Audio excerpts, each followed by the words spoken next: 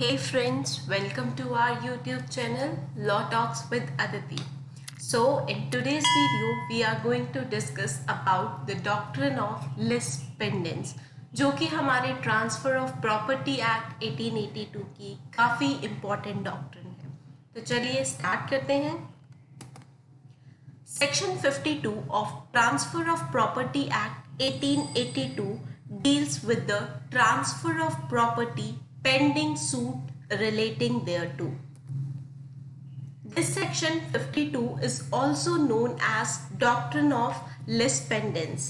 और अगर हम देखें तो lis pendens किस चीज के लिए रेफर करता है?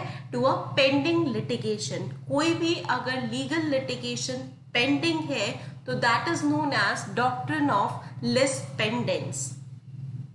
सेक्शन 52 हमें आंसर करता है कि अगर during pendency of any suit और प्रोसीडिंग कोई भी प्रॉपर्टी ट्रांसफर की जाती है, meanwhile the pendency of any suit और प्रोसीडिंग, तो उसका क्या कॉन्सिक्वेंस होगा। अगर कोई भी पार्टी टू द सूट उस प्रॉपर्टी को ट्रांसफर कर देती है ड्यूरिंग द पेंडेंसी, तो उसका क्या रिजल्ट होगा। सेक्शन 52 उसका आंसर करता है। Doctrine of lis pendens maxim पर बेस्ड है। मैक्सिम है हमारी पेंडेंटे लिटे निहिल इनोवेचर, which means nothing new should be introduced during the pendency of litigation. Means ये मैक्सिम हमें कहती है कि कुछ भी नया नहीं इंट्रोड्यूस किया जाएगा during pendency of any litigation. Where a suit or proceeding is pending between two persons with respect to an immovable property and one of these parties sells or otherwise transfers the subject matter of the litigation, the transferee will be bound by the result of the suit or proceeding, whether he had notice of the suit or not. तो basically section 52 के according अगर कोई भी proceeding pending है दो persons के बीच में जिसका सब्जेक्ट मैटर कोई इमूवेबल प्रॉपर्टी है और वो उस सब्जेक्ट मैटर को सेल कर देते हैं या ट्रांसफर कर देते हैं कोई भी पार्टी दोनों में से, तो उसका कॉन्सिक्वेंस मीन्स कौन उससे बाउंड होगा। जो भी परचेजर है या जो भी ट्रांसफरी है वो उस सूट या प्रोसीडिंग के रिजल्ट से बाउंड होगा और साथ ही वो ये एक्सक्यूज नहीं ले सकता कि उसको इस चीज का नोटिस नहीं था। ठीक है, चाहे उसके पास नोटिस था या नहीं था, वो उस चीज का एक्सक्यूज नहीं लेगा और वो बाउंड होगा। एसेंशियल्स की बात करें तो first of all pendency of suit और प्रोसीडिंग मींस एनी सूट और proceeding must be pending. Secondly जो पेंडेंसी होगी वो कहाँ होगी? In a court of competent jurisdiction. जो भी हमारा कोर्ट डील कर रहा है वो मैटर, उसके पास कॉम्पिटेंसी होनी चाहिए, वो कॉम्पिटेंट होना चाहिए उस मैटर को डील करने के लिए। Competency territorial as well as pecuniary jurisdiction की बात करेंगे कि वो उसके पास जुरिस्डिक्शन होना चाहिए, चाहे वो पेक्यूनरी जुरिस्डिक्शन हो चाहे वो टेरिटोरियल जुरिस्डिक्शन हो। Next is not be collusive in nature means collusion नहीं होना चाहिए। जो भी कॉल्यूजन प्रोसीडिंग्स होती हैं वो यहाँ पर नहीं आएंगी। मीन्स जो हमारा प्रोसीडिंग्स का नेचर है वो कॉल्यूजन नहीं होना चाहिए, पार्टीज के बीच में किसी भी तरीके का कॉल्यूजन नहीं होना चाहिए।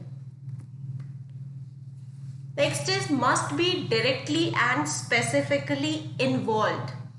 डायरेक्टली और specifically the subject matter of the issue, जो भी हमारा सब्जेक्ट मैटर है सूट का, that immovable property must be directly and specifically involved. Next is property in dispute must be transferred by any party to the suit. जो भी property dispute में है हमारी मीन्स जो भी हमारा सब्जेक्ट मैटर है वो ट्रांसफर किया जाएगा बाय एनी पार्टी मीन्स जो भी पार्टी होनी चाहिए, जो ट्रांसफर कर रहा है वो पार्टी टू द सूट होना चाहिए, कोई स्ट्रेंजर उसको ट्रांसफर नहीं कर सकता। And lastly transfer must affect the rights of the other party to the litigation. जो भी ट्रांसफर किया जा रहा है, दो पार्टीज हैं, अगर एक पार्टी ट्रांसफर कर रही है तो उस ट्रांसफर से सामने वाली पार्टी अफेक्ट होनी चाहिए, ठीक है।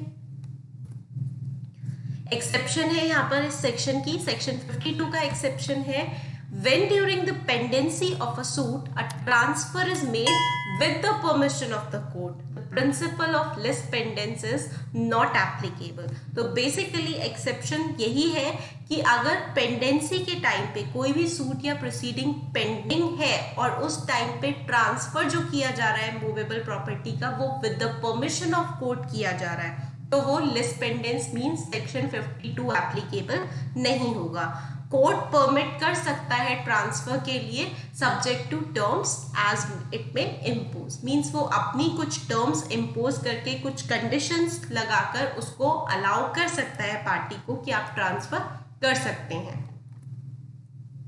What will be the effect of doctrine of lis pendens? अगर ऐसा किया गया मीन्स अगर वो ट्रांसफर कर दिया गया तो what will be the effect?